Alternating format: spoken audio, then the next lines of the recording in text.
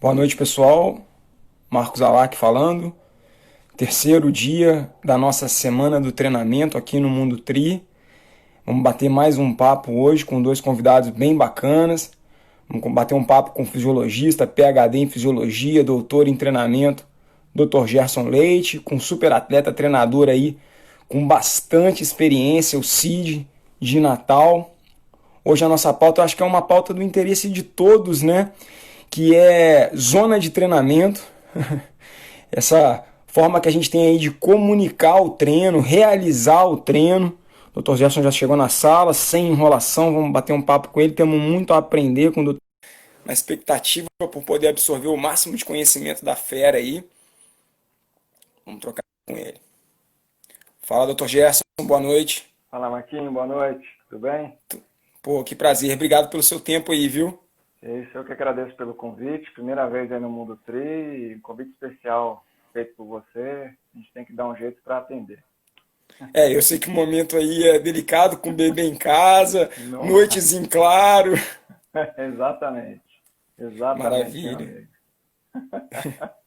A pauta hoje é quente, né, doutor Gerson? Porque uma coisa que eu fico pensando quando eu falo de zonas de treinamento nos cursos, né? Que inclusive eu tive a alegria de ter você aí adquirindo o nosso curso online para dominar melhor o Training Peaks. Foi uma alegria muito grande para mim. Espero que o curso tenha sido de valia aí para você.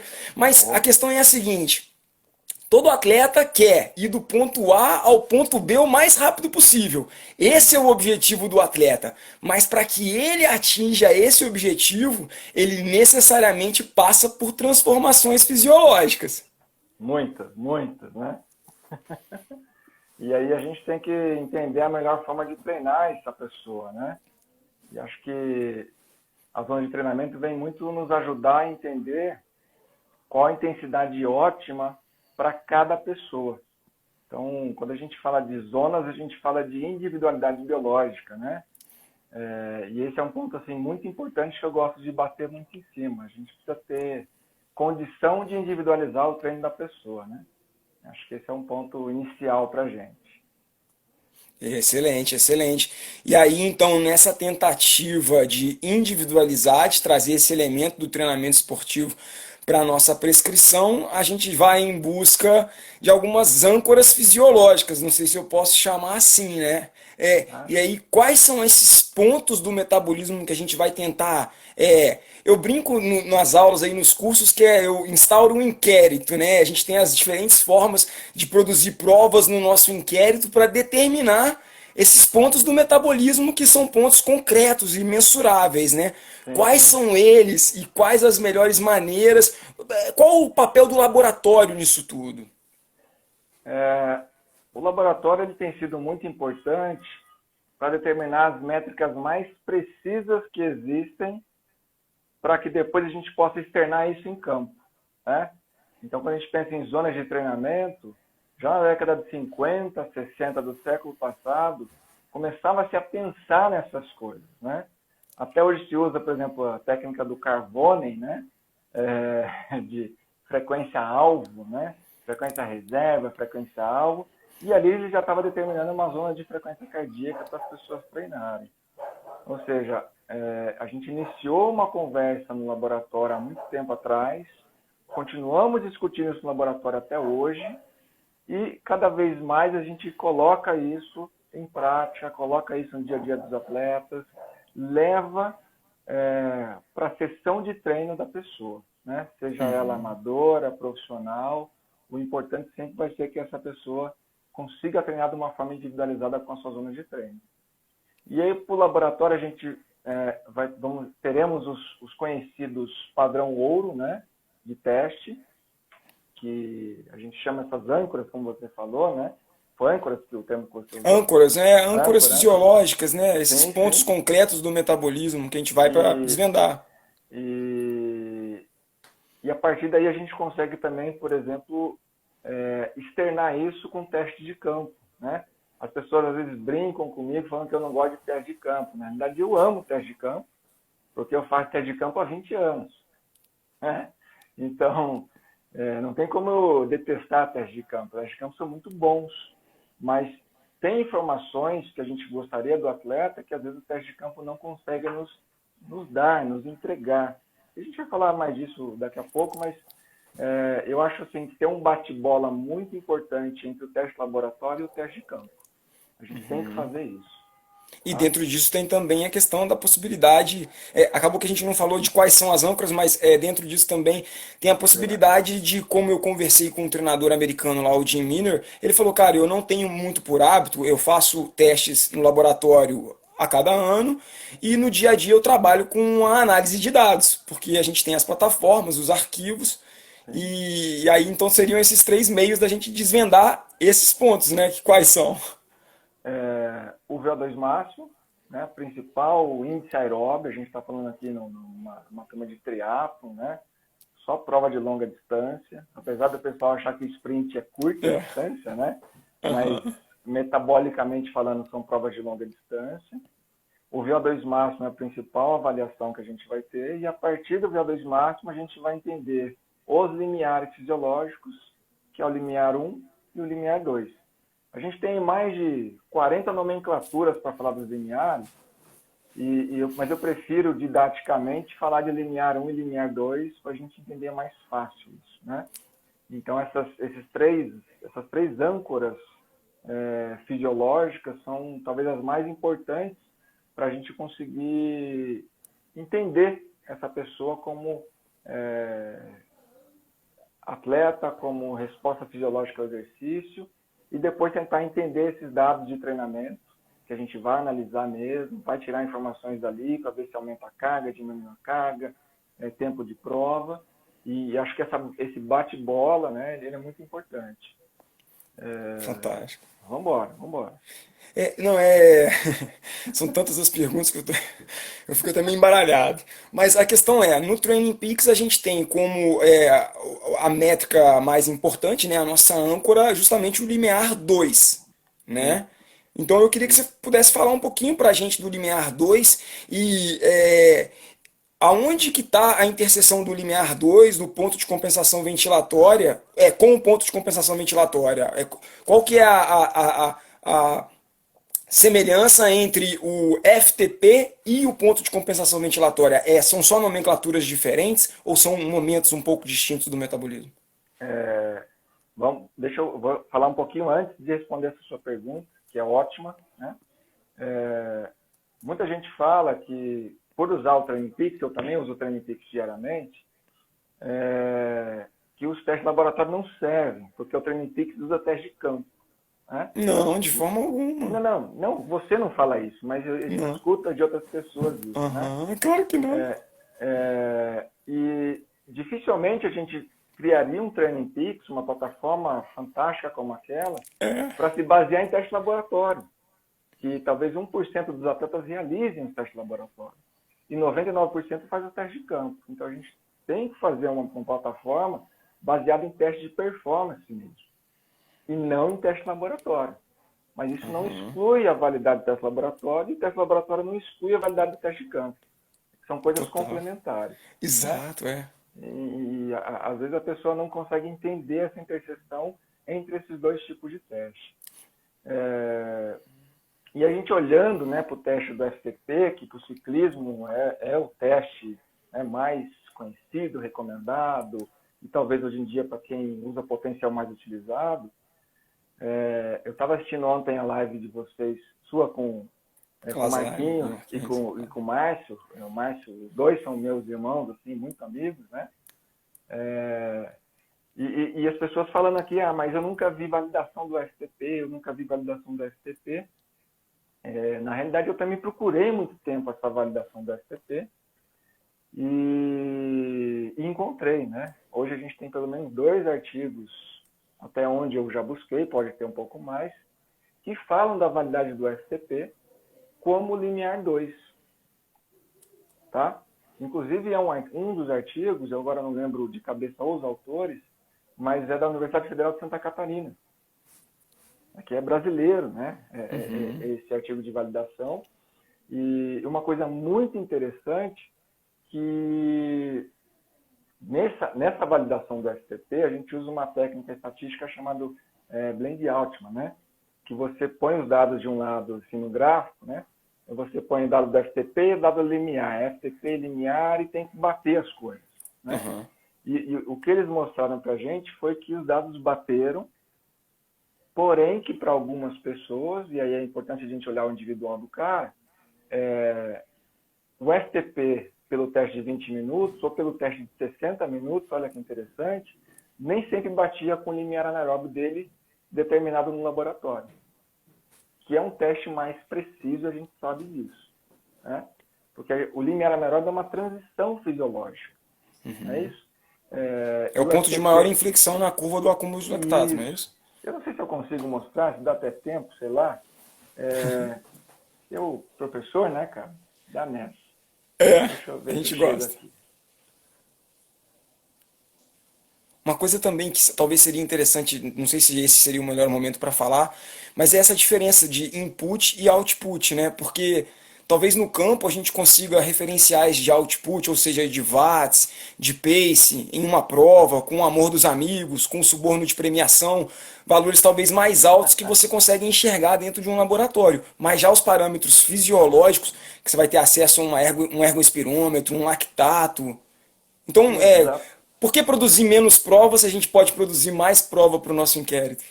Exatamente, né? Se eu penso numa performance aeróbica aqui, não sei se, acho que vai ficar muito ruim para ler. Está horrível para ler. Ah, não, agora melhorou um pouquinho. Eu tenho muitas informações que vão nos ajudar a entender a performance aeróbica. E uma delas, muito importante, é o limiar anaeróbio, né? A partir daí, eu tenho as nossas zonas fisiológicas de treinamento, que são sugeridas pela literatura, e o limiar anaeróbio está aqui, né? Nessa como zona 2, e vou pedir calma para o pessoal que adora as zonas 5 zonas, né? Tranquilo, respira, né? Beleza. Fisiologicamente são 3 zonas, de acordo? Porque são 3 pontos que a gente realmente é capaz de medir, então, fisiologicamente, falar em 3 zonas é o mais adequado, de acordo ou não? Exatamente, porque assim, eu tenho um limite inferior para treinar a pessoa, que é Uhum. 50% do VO2 máximo dela, e esse limite inferior, a gente tem uma zona de utilização de gordura, de máxima utilização de gordura, tal do Fat Max, que vai até aproximadamente ao primeiro limiar, que está aqui marcado nesse gráfico como zona 1. Dr. A zona Gerson, posso fazer 2, uma pergunta rápida? claro, por favor. Com relação ao limiar 1 aí, depois eu queria que você falasse um pouco mais dele, porque eu sinto que é o limiar mais difícil da gente detectar, né? E outra, Exato. esses referenciais engessados que existem, como por exemplo 2 milimol de lactato sanguíneo ou algo em torno de 80% da frequência cardíaca máxima. Eu entendo que não é padrão ouro isso, mas tem serventia? Olha, tem serventia sim, porém, particularmente, a gente ali muitos critérios, né? E eu prefiro utilizar o início da inflexão da curva de lactato da mesma forma que está mostrada nesse gráfico, né? E não um valor fixo de 2 milimol, por exemplo, porque ele pode variar muito de uma pessoa para outra. Então, quando a gente tem o início do aumento do acúmulo de lactato, então precisa ter uma curva de lactato boa no teste, isso é protocolo dependente, tem que ter muita experiência para você fazer bem feito isso, e a gente já fez aí mais de 1000 vezes isso, né? Você consegue uma boa curva e determinar esse primeiro limiar com boa precisão. Junto disso, a gente baixa também dados ventilatórios, porque na hora que eu começo a acumular lactato, e não tem problema nenhum acumular lactato, mas é um indicador nosso ali de exercício, eu começo também a produzir mais gás carbônico, por conta de tamponamento de hidrogênio e uma série de questões celulares que estão acontecendo naquela hora. Então, eu começo a ter um aumento da ventilação sem ter um aumento tão grande do VO2. Então, A gente pode dizer que até que quando você cruza essa linha, a gente, ao entrar acima do limiar 1, a gente está aumentando o estímulo adrenal, aumentando a atividade do sistema nervoso autônomo simpático. Com certeza. Assim, a gente entrou em exercício, já estamos aumentando, né, essa porção simpática do exercício e a gente vai ter uma descarga maior adrenérgica a partir do limiar 2. A partir do FTP, a partir do ponto de compensação respiratória, da massa na fase estável lactato, né? Então, se a gente pensar em curvas, eu vou ter aqui, né, um primeiro desvio da curva que envolve o limiar 1, se eu pegar um lactato, ele vai estar desviando nesse momento. Vou ter um segundo desvio de curva de ventilação, só que agora associada à produção de gás carbônico. E isso vai me delimitar o limiar 1 e 2 das pessoas, né? E a partir daí eu tenho essas 3 zonas de treinamento associadas ao final dela com o VO2 máximo. Tá? Uhum. Nesse artigo do Seiler que eu estou apresentando aqui, ele fala, olha, máxima fase estável, ventilatório, limiar de lactato anaeróbio, está tudo no mesmo ponto.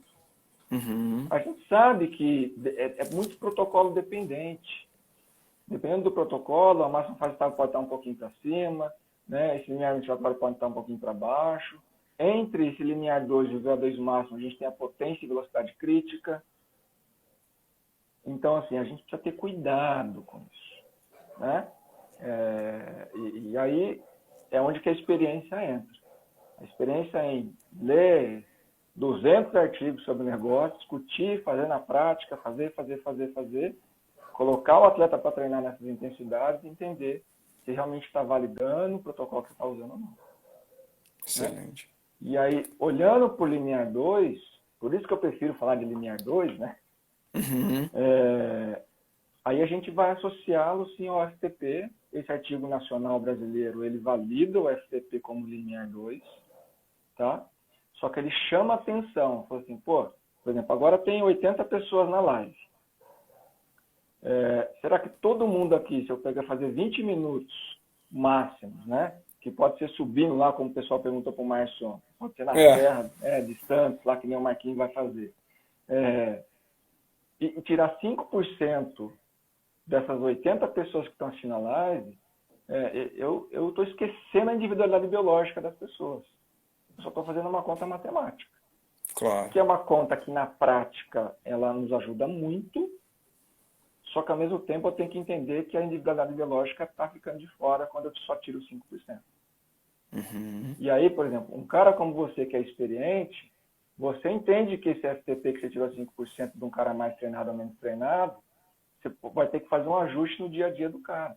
Exatamente. Né? Até mesmo Então, entendendo o desempenho dele na hora de testar, quais eram os estímulos envolvidos, como é que ele realmente terminou o teste, né? Como é que tudo se comportou. Exatamente. Então, assim, a gente não pode ficar engessado no menos 5% que vai resolver a vida de todo mundo. É um parâmetro importantíssimo que a gente vai usar, né? Porém, um cuidado de ficar engessado, tirei 5%, salvei minha vida, salvei a vida do meu atleta. Né? Uhum. E também é importante, né, Gerson?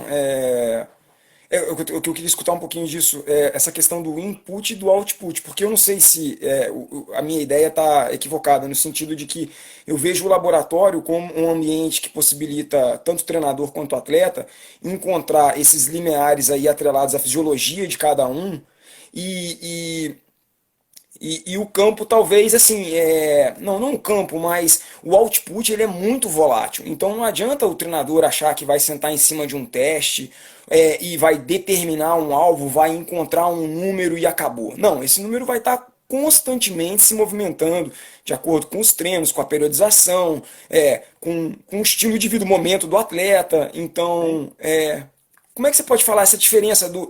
Porque uma coisa é determinar os limiares do cara em relação ao lactato, à frequência cardíaca, e a outra em relação ao pace e à potência. Eu costumo associar essas coisas: lactato, frequência cardíaca, VO2 e potência no ciclismo. Eu junto tudo numa indicação única.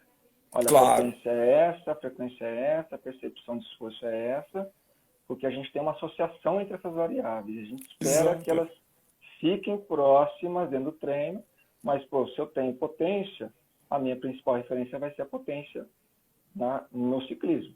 Né? Se eu tenho pace na corrida e tenho até potência na corrida, eu vou ter também frequência cardíaca, percepção de esforço, vou ter o pace, só que se começa a subir e descer, eu preciso ter a potência. Exatamente. Para entender que esforço que eu estou realizando naquele momento. Né? Apesar do nosso medidor de potência ainda ser um medidor simples, né, que é o Stride, ou mesmo o relógio da Polar, Mas mesmo assim isso já nos dá um parâmetro um pouco melhor do que só ficar baseado em pace em subida e descida, por exemplo. Quando você encontra uma desconexão entre essas valências, né, entre esses alvos que estão sendo percebidos, potência, percepção, frequência cardíaca, quando algo parece desconexo, ou seja, alguns dados apontam para uma determinada zona, outros dados apontam para uma determinada zona, qual que é a nossa âncora maior?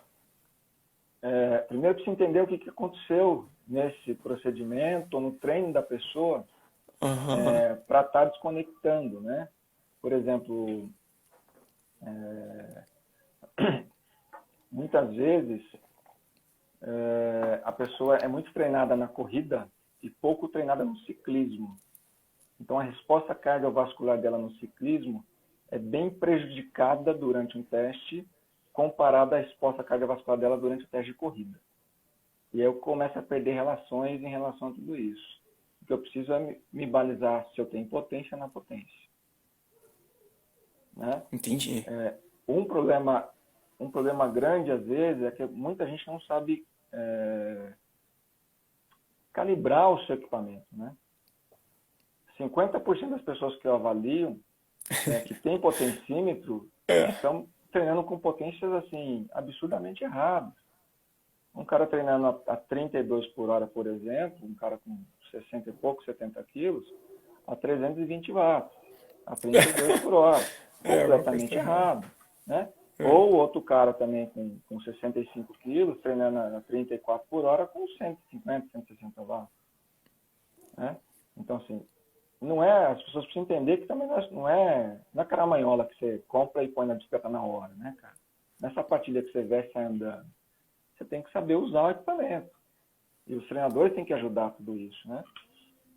Mas a potência, quando está bem calibradinha, ela é uma puta ferramenta. Eu adoro, né?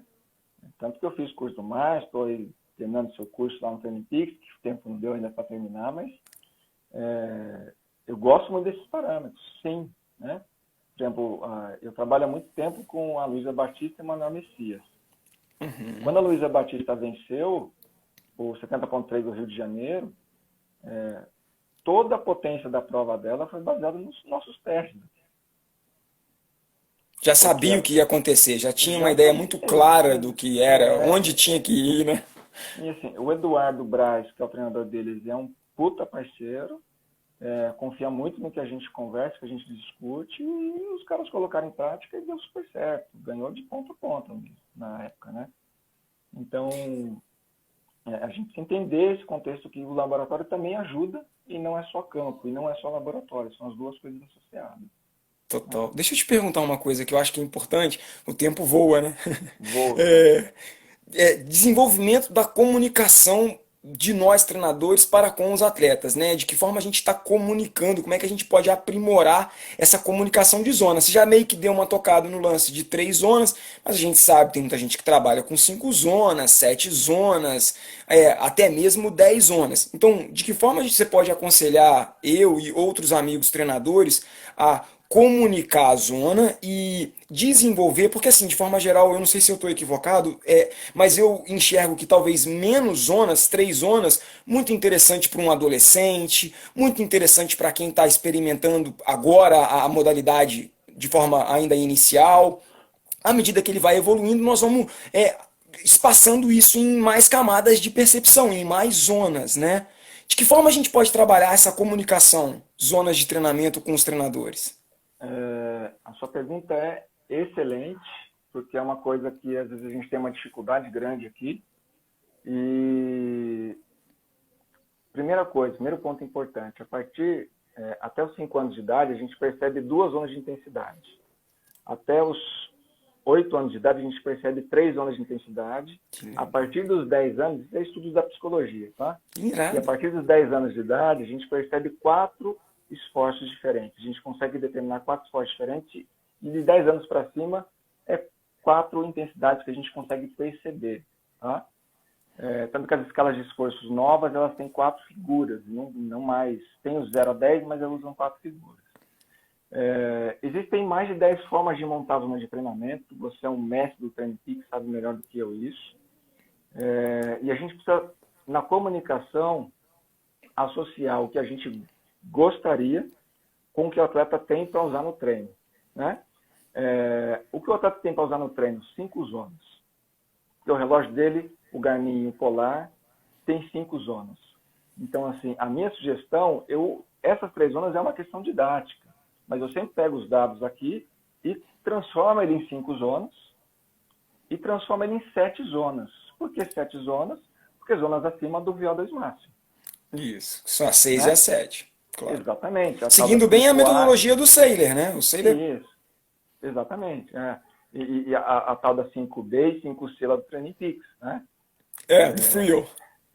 Isso. Essa salada de nome é só para deixar todo mundo louco, né? Mas quem usa sabe, né? Mas assim, então eu gosto dessa questão de 5 zonas até 7 zonas.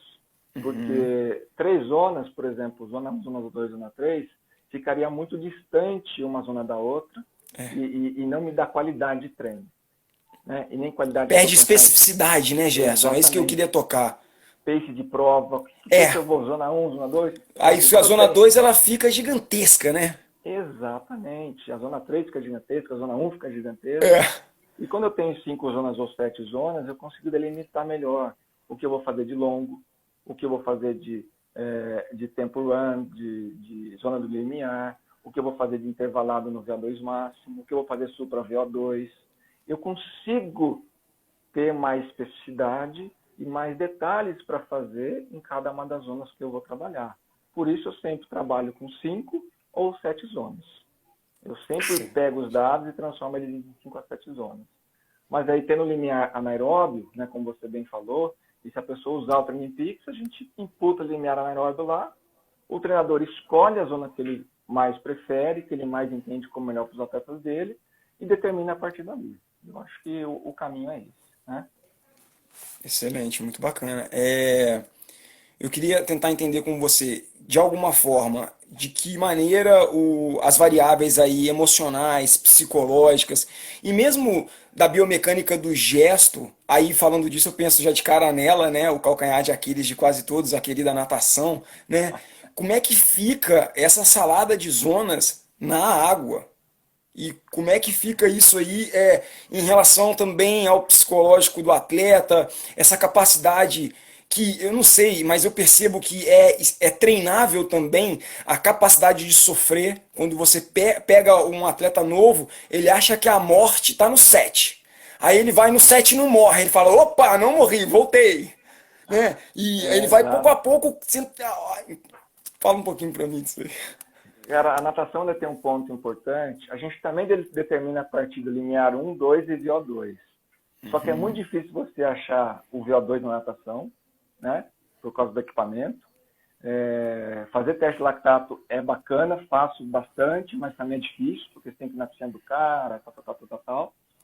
E a gente acaba trabalhando também por volta de 7 zonas. Só que a natação traz uma nomenclatura dela, de A0, A1, A2, A3, A4, anaeróbio, né? Anaeróbio 1, anaeróbio 2, mas que nada mais é que são essas zonas que a gente está falando aqui. Porque o nadador de longa distância, ele vai fazer muitos treinos abaixo do limiar 2. Mas o nadador iniciante é a criança de 4 anos, né? Eu falo que tem 2 zonas, agarrado na borda e lutando pela vida. Perfeito. O cara que está começando a nadar, aí já não tem jeito. A gente não vai falar de zona para ele, né? A gente vai falar de ensino de natação, né? O cara tem que saber atravessar a piscina, né, cara? Mas a pessoa que já nada, né, com certa regularidade, nada ali pelo menos uns 2 minutos a cada 100, né? E que é bom, né? 2 minutos a cada 100 já dá uma dividida. O cara que nada 2 minutos a cada 100 sai do meio do bolo para frente, não sai? Exatamente, né? A gente já começa a fazer testes e a gente vai ter testes também de campo, né? Entre aspas, como o teste de 400 metros para determinar limiar 2, como o teste de 700 metros para determinar limiar 2, como o T30 para determinar limiar 2. Então, assim, a gente tem muitos protocolos para determinar o limiar 2 desse cara que nada, né? E também determinar as zonas de treinamento a partir do limiar 2. Especialmente para a natação, pela falta do VO2 máximo, do limiar 1 muitas vezes, eu gosto muito de determinar apenas o limiar 2 e a partir daí gerar zonas de treino do cara, que também vai ficar nessas 5 a 7 zonas, né, com seus percentuais, com IF para cima, IF para baixo, né, lá do Training Peaks aí também, mas que vai ajudar muito a gente direcionar o treino desse cara na água. Uma pergunta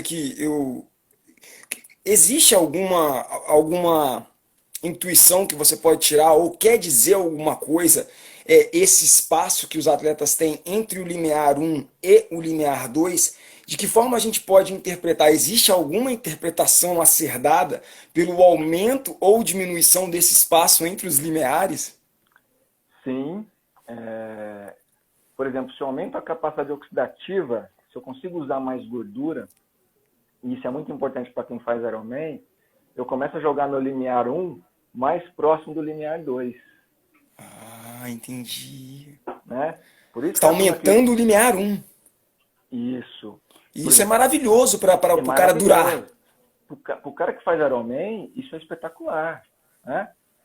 Você pega quando o Igor Amorelli vem fazer teste, o Thiago Vinhal vem fazer teste, o Luiz Ord, o Bruno Matheus, os treinadores do cara que é o limiar 1, cara.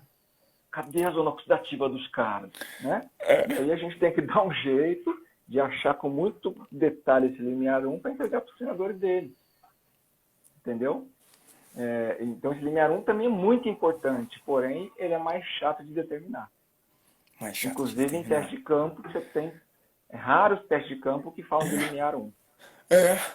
Né? Excelente, Gerson. Poxa, muito obrigado. A gente já estourou o tempo. Eu queria fazer uma última pergunta que eu recebi de um amigo, que é a seguinte, né? Porque tá na moda, né? Hashtag tá na moda. Corrida no Zwift. Vale como teste de FTP? Foi lá, viu Jesus lá, viu o homem da barba branca. Valeu como teste?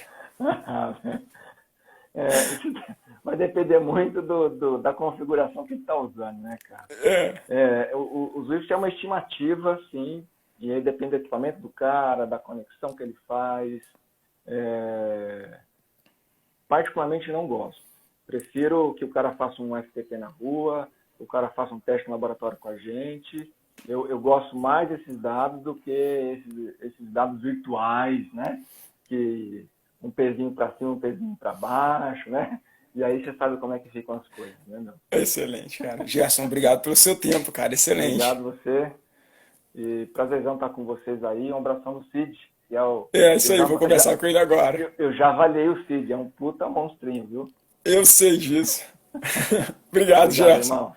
Tchau, valeu, tchau. boa noite. Valeu, Boa noite, galera. boa Vamos noite. continuar agora o papo com o Cid. Vamos chamar o Cid aqui na área. Vamos ter a perspectiva do Cid, atleta super experiente, treinador também com grande bagagem, amigo. O tempo é curto, né? Na verdade, o Gerson poderia ficar aí horas e horas, sem dúvida nenhuma, destrinchando esse tema pra gente. Fala, Cid. E aí, Marquinhos, beleza, cara? Boa noite, tudo bem? Tranquilo. Natal.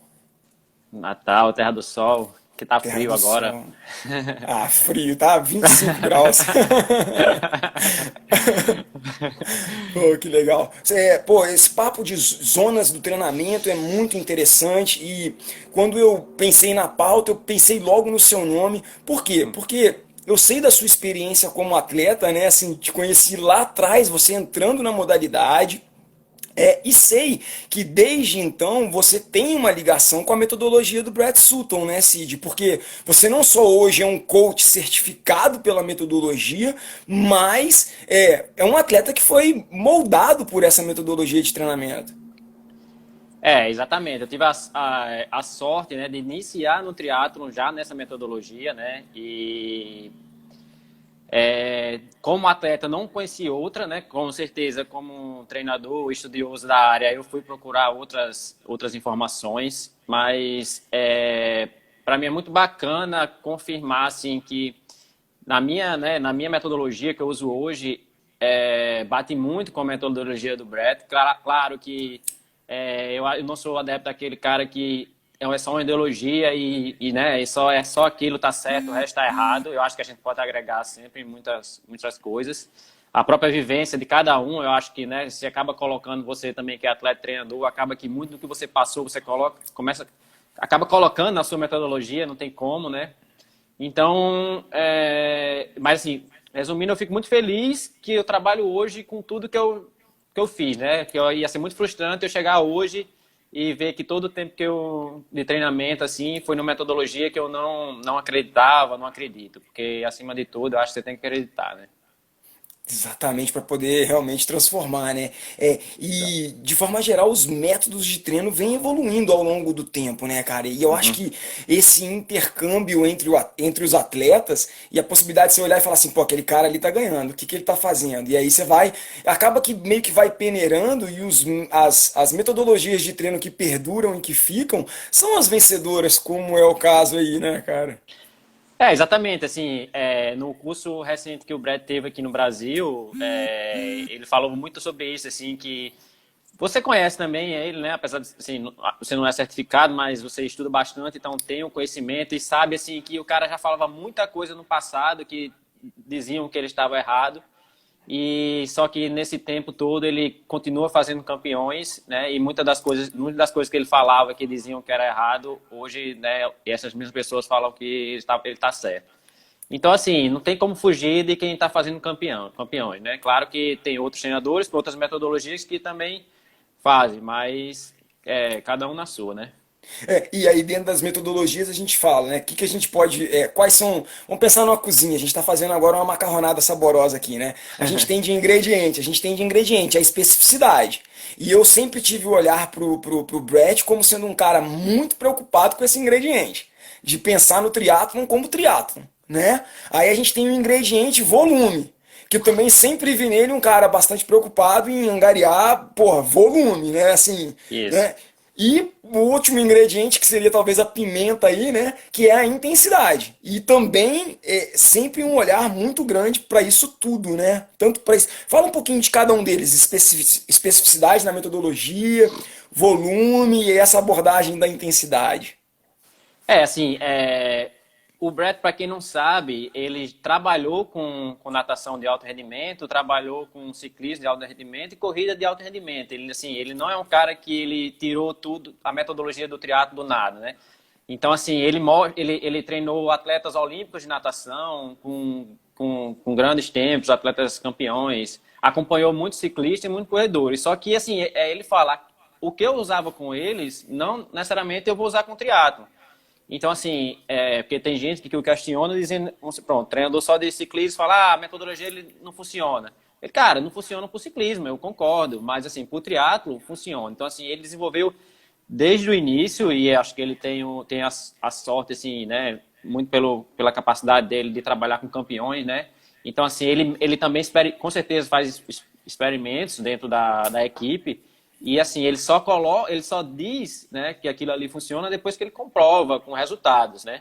Então, assim, a metodologia dele do início ao fim é sempre voltada para o triatlo. Então, assim, ele vai falar sobre natação, que ele usa, né, acho que não precisa nem ficar falando, ele fala muito sobre material, natação, pulbol, palmar, que é coisa específica do triatlo, né? Tipo, você não vai fazer isso com um cara que está iniciando na natação, que quer uma resultado em piscina, né? Ele precisa de muito mais, né? Essa sensibilidade, a técnica perfeita, que na água, na águas abertas você não precisa. E assim, a bike, ele entende que a bike é o que vai levar você para a corrida. Então, assim, cara, a metodologia é sempre voltada para isso. Assim, não tem aquele ego do ciclismo. Do cara que é ciclista, ele quer terminar o ciclismo primeiro, né? Então, assim, ele não vai correr. Então, o treinamento dele tem que ser chegar ao primeiro, independente se ele vai chegar a cruzar ali e não conseguir mais andar. Mas no triatlo não funciona dessa forma. E na corrida, tem toda a questão tanto da biomecânica como do pace, né? Então, assim, Aham. ele tem o entendimento que você não vai correr na mesma postura que você iria correr se só, né, fosse uma prova só de corrida, e nem você vai correr no pace de um corredor, né? Então, assim, outra coisa, quando você vai estudar até, sei lá, a metodologia do Joe Filho, ele fala justamente muito disso, assim, que as sessões de treino dele rápida na pista, cara, é fácil com relação à sessão fácil do corredor, né? Então, assim, o triatleta também tem que entrar no triatlon. Acaba que a maioria das informações que chega para o atleta são das modalidades separadas, né? E isso acaba influenciando muito o triatleta, cara. Isso é um negócio difícil de tirar, porque o cara quer pedalar como Peter Saga, quer correr como Kipchoge, né, quer nadar com o Cielo e não é bem assim, né? Não, é Então, assim. e com relação ao volume, assim, quando eu entrei quando eu comecei a estudar mais, assim, fiz a especialização em fisiologia e tudo, você falava muito do exemplo do treinamento polarizado, né? E que, assim, Uhum. tinha um entendimento inicial errôneo que era um treino, até o negócio era muito fácil para ser verdade, né? Era tipo, você vai treinar fácil ou forte no volume baixo. Mas hoje a Não, gente mas sabe acho que é que uma interpretação equivocada, não é isso, né? exatamente, mas no início se falava muito, né? E assim, mas cara, quando você vai ver as equipes de sucesso que trabalham com isso, o volume é muito alto, né? Então, assim, realmente, cara, os atletas de alto rendimento, já que a gente vai falar de alto rendimento, falando de alto rendimento, precisa de um volume alto realmente, né? Claro que o jogo das intensidades ali, das zonas, é o segredo do negócio, né? Então, assim, se você vai acertar ali onde você vai errar, é nisso, né? Quando você joga a intensidade junto ao volume, que o volume por si só, dificilmente ele vai, né, não vai gerar esse dano tão grande. Excelente, cara. E hoje, você como treinador, porque, de forma geral, eu posso estar enganado, mas a metodologia do Brett, ela se dá muito pela percepção subjetiva do esforço, né? Eu já Isso. vi algumas coisas de alguns treinadores que trabalham com ele, falando em podcast, escrevendo artigos, algumas coisas muito interessantes, de gente que usa o Training Peaks, que trabalha em cima de métrica, que trabalha em cima de dados, e usa a metodologia do Brett. Então eu acho muito interessante esse blend aí de situações, né? Uhum. Então, como é que você trabalha hoje aí? Percepção subjetiva, frequência cardíaca, watts? Como é que você entrega a proposta para o seu atleta e como é que você recebeu isso quando você estava mais preocupado com você como atleta mesmo? Então assim, eu tenho um tipo de trabalho bem diferente comigo como atleta e com os meus alunos, né? Então assim, eu trabalho muito com a percepção subjetiva, mas eu acho que eu já tenho maturidade para isso, né? E os dados, cara, veio para facilitar muito a vida da gente como treinador, né? Assim, eu tenho hoje muita dificuldade em prescrever um treino de ciclismo sem a potência, por exemplo. E o Brett, ele não gosta de treino de potência, né? Então, assim, ele manda, já tem casos, você sabe, ele mandar arrancar o medidor de potência, que a RIF não usa. Recentemente ele trabalhando com o Vinícius, com o Reinaldo mesmo, por muito tempo não usou. Mas, cara, a partir do momento. Eu no momento eu não estou, porque quebrou, e aí uma novela maior, né? Mas assim, eu tenho uma percepção bacana com relação a isso. O Marquinho doido aí, que acabou de entrar também, não sabe nem que potência ele usa, eu acho. Diz que sabe, mas não sabe. Mas, cara, para você, como treinador, avaliar seu atleta é muito bacana, cara. Eu uso o Training Peaks, gosto bastante. Minha crítica maior é quando o atleta quer entender mais do que o treinador sobre os números, né? Eu acho que aí entra em parafuso. Eu Não, acho entra em que parafuso, né, Cid? A gente sabe muito bem que para entender os números tem uma curva de aprendizado, leva tempo e, pô, a sua experiência é muito maior do que o que alguém com uma interpretação ali limitada de um número tá tentando isso, tirar do isso. número, né? E assim, cara, eu acho assim que principalmente pro triatlo, o triatlo é uma modalidade muito específica e muito doida, assim, no quesito que, por exemplo, o quanto uma modalidade interfere na outra, né? Então, assim, eu vejo que hoje eu também treino com meus alunos e acredito que, assim, eu sou mais forte deles, mas assim, eu vou pronto, eu fiz uma sessão de bike muito dura hoje, né? E amanhã eu vou correr com eles. Cara, às vezes eu tô lá no quarto, quinto do grupo. Vou atrás, né? Então, cara, aquela minha zona de pace naquele dia não é aquela, né? Então, porque é uma modalidade interferiu muito na outra. Se você for para natação, nem se fala. Às vezes, pô, você faz um volume na bike um dia, né? Vai nadar à tarde, seu ritmo já era. Âncora, âncora. É, exato. Então, assim, se você condiciona um atleta a ficar muito preso ao número, você tira essa liberdade e, como o Brett fala, é uma geração de atletas frustrados, principalmente porque eles, eles acham, por exemplo, acontece muito, cara, assim, você é treinador, né, sabe, não vou falar besteira, o aluno, ele quer correr uma meia maratona, não é uma meia, né, a meia maratona o 21 km do 70.3 a 4,30 por quilômetro, né, e aí você tá projetando, ele até tem condições de correr, mas não hoje, mas ele já começa a ficar frustrado hoje quando ele não consegue, né? Então É, é interessante, assim, não, mas eu não tô correndo. Cara, você não tá correndo hoje, mas você vai correr, dê tempo. Então, assim, ele acaba fazendo boas sessões na realidade, mas quando ele vai analisar os números, ele se frustra, né? E a gente sabe que essas frustrações acabam interferindo bastante no desenvolvimento do atleta. Um lance que você colocou que eu acho muito legal da gente tocar aqui, você já falou da metodologia 80-20, né, de alguma forma do polarizado, que dentro do que o Dr. Gerson mostrou pra gente aí, né, seria 80% do treino ali na zona 1, que eu acho que pra quem usa 5, 7 zonas, é zona 1, zona 2, 80% desse treino aí é mais aeróbio e tudo, né? E o que acontece, cara? A gente percebe, por meio dos estudos aí, que o atleta amador talvez pelo fato. Tem várias questões aí, né? Mas tende a gastar muito mais tempo em zona moderada do que o profissional. O profissional, talvez pela quantidade de volume que ele tem, pela conexão muito mais apurada, né? Pela capacidade de ter um leve que faz o cara se deslocar, né? Mas o que a gente vê é que o amador acaba sempre, naturalmente, por vários fatores, treinando moderado ou forte. É difícil para um amador perceber a vantagem que é e os benefícios de se treinar leve, né, cara? Exatamente, sim, né? Como você falou do Gerson, eu fiz o teste com o Gerson no final do ano passado e eu tinha programado mais 3 testes com ele esse ano, mas por causa da pandemia acabou que ia ser pós-provas e tal, acabou que não aconteceu. Mas como ele bem falou, cara, eu como treinador e atleta, estava muito preocupado justamente também em saber a zona 2 baixa ali, que no caso né, quando você vai ver ali, que é justamente da eficiência o L1. O L1. Exatamente. Eu estava preocupado com o L1 porque é muito, como ele falou, é muito sutil ali. Então, assim, você tá na zona 2 ali, tá tranquilo, mas no longo, você vê que é fácil você passar dela, né? Então, assim, é bacana porque isso. Nesse a zona 3 ali, vamos falar de sistema de 5 zonas ou 7, a zona 3 ainda é confortável, ainda era uma zona de prova ali de meio iron, até iron para algum profissional, né? Exatamente. Como você falou, ainda mais quando o volume tá assim, no início do treino, né? Então, assim, eu acho muito... Por exemplo, eu faço teste de campo, mas era uma coisa que eu queria fazer há muito tempo com o Gerson, né? Claro que em São Paulo não é aqui ao lado, mas... para você poder... Os números são muito bons para você conversar sobre isso, né? Lá a gente sentou e aí, você tem como saber o nível que você tá, você consegue conversar com ele, justamente que é um cara que tem muitos dados, como é que tá a sua potência relativa, aonde você pode melhorar. Então, assim, você não precisa ficar cego dos números, né? Você tem que também saber lidar sem eles, né? Então, assim, você tem que ter essa conversa. Eu tenho feito um negócio bacana na assessoria recente, que, assim, pessoal que eu trabalho no Treino Peaks, tudo, agora, mas você vê, a galera tá tão viciada.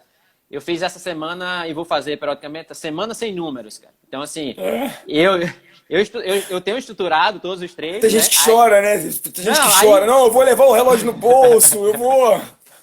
Essa semana eu fiz todos os treinos sem estar estruturado. Cara, eles, por si só, estruturaram os treinos no Garmin Connect para jogar. Cara, não é, eu quero sem os números. Não, você esqueceu. Não, eu não esqueci. É porque eu não queria esses limitadores. É um bom guia, mas muitas vezes são limitadores, né? Claro que é, cara. É corrente, né? Exatamente.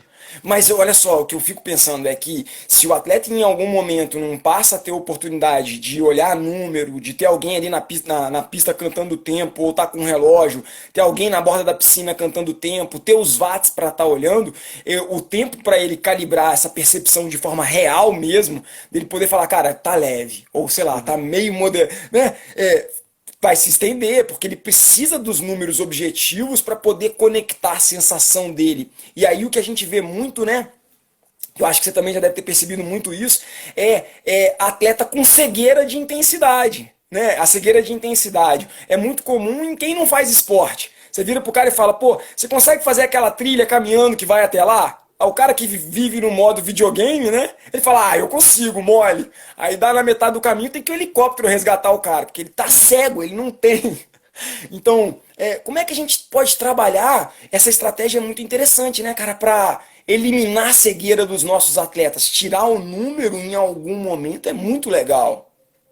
Exatamente, assim, essa relação, tipo, com número, sem número, eu acho que, assim, no momento que os treinadores é onde o caminho, né? Porque, assim, como você bem falou, é muito bacana você acompanhar os números do atleta. E assim, quando até o Gerson também estava falando com relação, assim, os atletas amadores erram muito na intensidade, né? Dificilmente ele treina muito fácil, geralmente ele treina mais forte.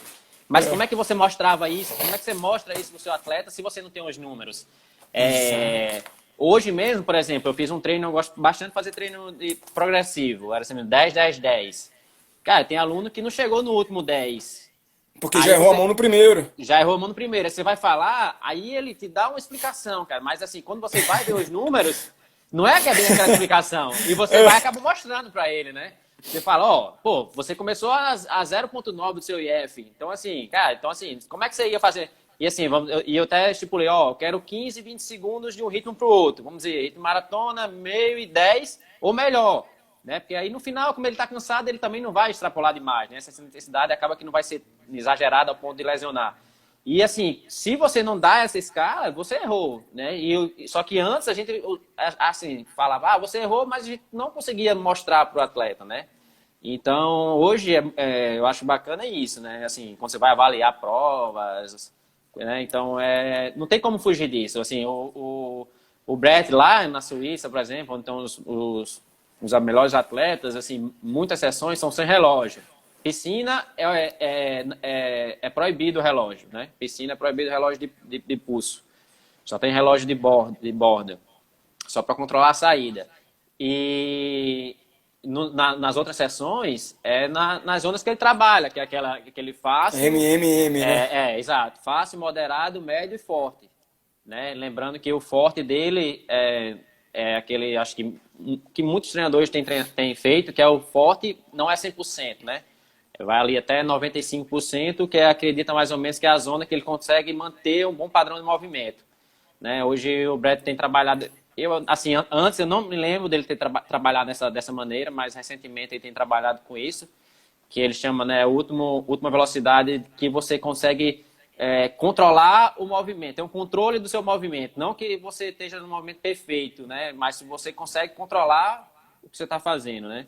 Deve ser bem perto do L2 isso, né? Um pouquinho acima do L2 um pouquinho ali, acima, né? um pouquinho acima.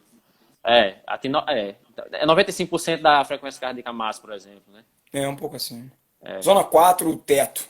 Isso. Então, assim, facilita pro atleta lá ali, que não tá com ele passar essas... E assim, eu não tinha visto ainda, recentemente eu vi um artigo que ele falava bem bacana assim, com relação a treino no limiar, que ele acaba botando limiar de 4 zonas, igual o Brett fala, né? Que aí acaba que o médio e moderado tá ali no meio, né? No caso de 3 zonas, né? Médio e moderado, porque realmente, quando você vai trabalhar maratona e meia maratona, tá ali, né? Ainda é a zona do meio, né? E os outros e a mais forte. Excelente, cara. Então fica bem claro pra gente, né, que é importante ter número? Pô, é muito importante. É importante ter número, mas também é importante quebrar a corrente e ter liberdade para poder, até mesmo em algum momento, avançar um degrau. Porque se você está sempre indo. Uma vez eu li uma frase que falava que tem treinador e atleta que é cientista e tem treinador e atleta que é mais artista, né? E que o artista usa esse sentimento que ele tem da capacidade dele para ir em busca do sucesso. E o cientista usa os números, os dados, a ciência para tirar o máximo do seu potencial. Então, eu acho que é muito legal ter esse lado do cientista, mas ao mesmo tempo ter um pouquinho da vida louca do artista para se lançar e quem sabe você sobe o degrau, né?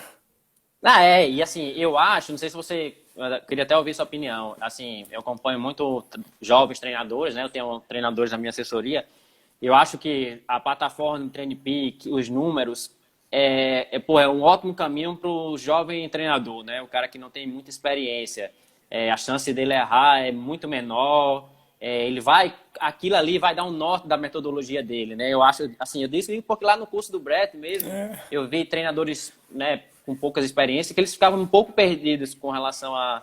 Quando o Brett começava a falar muito desse negócio da sensação, eu via no olhar deles que eles queriam alguma coisa a mais, né? Para direcionar.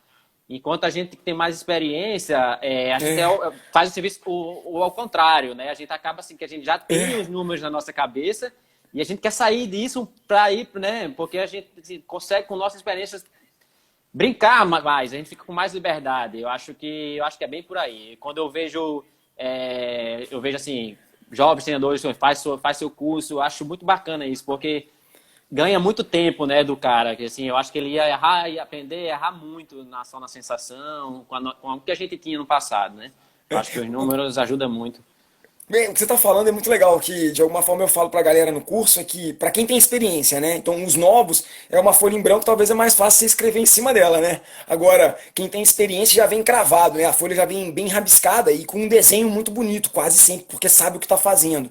Então, quando começa a trabalhar com número, com teste, vai no Gerson, faz os testes, tem o Training Peaks, recebe os dados, TSS, tal, tal, parece que tira daqui do que está no abstrato, que é o que você falou desse olhar meio perdido da pessoa, e coloca no concreto por meio de um número, né? Aí a pessoa fala, pô, então é assim, Exato. ah, Exatamente. Eu acho que, pô, assim, ele ganha anos de erros e acertos ali, os números, né? Porque eu digo isso porque, assim, eu tenho atletas, cara, que, assim, tem um Training Peaks, principalmente com pessoas, com atletas que vieram de outras assessorias que, assim, era mais... Porque acaba que eu não dou tanta... Não quero que o meu atleta fique tão preso, né? Mas já tem outras pessoas que incentiva até ele conhecer mais e do próprio atleta. Então, assim, tem atletas, cara, que você vai conversar hoje, ele, né, te dá uma aula de várias coisas, assim. Hoje você vai conversar com um atleta seu, às vezes você aprende muito, porque os números, né, a números e o dia a dia dele ali fazendo isso, ensina muita coisa, né? E com certeza para o treinador também. Só no subjetivo ficava mais difícil. ficava mais difícil. É, alguém colocou aqui, eu não lembro quem foi, mas que era o último tópico que eu queria falar com você. Eu já meio que toquei nele, mas como é que você vê esse desenvolvimento da percepção subjetiva do esforço? Como é que você vê em você e nos seus atletas essa expansão das zonas do treinamento, essa expansão da capacidade de tolerar o desconforto por meio da percepção? Como é que você vê essa evolução? Quais são os instrumentos que a gente tem para fazer as pessoas perceberem que podem sofrer mais? Eu acho que, como você estava falando antes com o Gerson lá, né? Acaba que a própria competição dá muito isso pro atleta, né? Às vezes, assim, até com relação aos testes, né? Eu acho, tipo, você vai pegar um atleta iniciante, ele nunca vai conseguir, assim, dificilmente ele vai fazer um teste bem feito, porque ele não sabe o que ele pode, ele nunca testou isso, né? Então, assim, quando ele vai para a competição, ele, assim, eu acho que acaba que a competição por si já dá sobe muito o teto com relação a isso, É. né? E a forma como você passa, como você estava falando, né? Assim, o papel nosso de treinador para ter uma boa linguagem com relação a isso, né? E acaba que os números te dão esse suporte também, né? Assim, se o atleta tá conseguindo evoluir, né? Faz 10 minutos hoje, amanhã faz 10 minutos melhor, e você vai mostrando isso, ele vê que ele é capaz, né? Então, eu acho que tem estratégias no treino e tem estratégias de competição que fazem com que o atleta consiga dar esse algo mais. Eu digo assim, eu tinha muita dificuldade em correr provas de 10 km de corrida, porque assim, eu não vim do triatlo olímpico, né? Eu já engrenei meio que num longa distância. Eu tinha meio que um bloqueio para esse sofrimento de 10 km. E em uma oportunidade eu ganhei uma prova de 10 km de corrida, assim, eu tava achando que nem ia completar no meio, quando eu vi eu tava na liderança, entrou uma moto da polícia lá, me começou a me puxar, e eu me A animei. moto da polícia já abaixa a percepção, né? Você já passa assim. Exato. Então, assim, aquela competição foi um divisor de água para mim, assim, entendeu? Eu fiz, assim, o meu melhor 10 pela situação que aconteceu na prova, né? Então, acho que competição é muito É a melhor. bacana, treino em grupo, aquele rachão, lá no curso que você fala, naquele É, rachão lá que você vai. o Mundial de quarta, né? Exato. Então, isso Ô, faz Cid, subir a sua cara, objetivo. excelente. Pô, excelente, cara. Obrigado. A hora passou super rápido. Bom poder falar com você, te ver aí, velho. Excelente. Muito obrigado pelo papo, velho. Cara, eu que agradeço, né? Hoje foi um dia especial, tanto por você e quanto com o Gerson, que não é o cara que eu tenho como referência na fisiologia. E os outros dias também foram bem bacana. Todos os que passaram por aí são pessoas que eu admiro. Então, fazer parte desse time é uma honra. Eu que agradeço, né, o convite, a lembrança. E sabe que tamo junto. Você também é um cara que eu Excelente, espelho cara. bastante e valeu. Vai cair aqui. Galera, muito obrigado. A semana foi boa, ótimos papos. Cid, mais uma vez. Vaguinho do Mundo Tri, muito obrigado. E vamos depois repetir a dose com mais informação pra galera. Valeu, boa noite, pessoal. Muito obrigado. Excelente. Valeu, Valeu, Cid. valeu, Boa valeu, noite, abraço. valeu.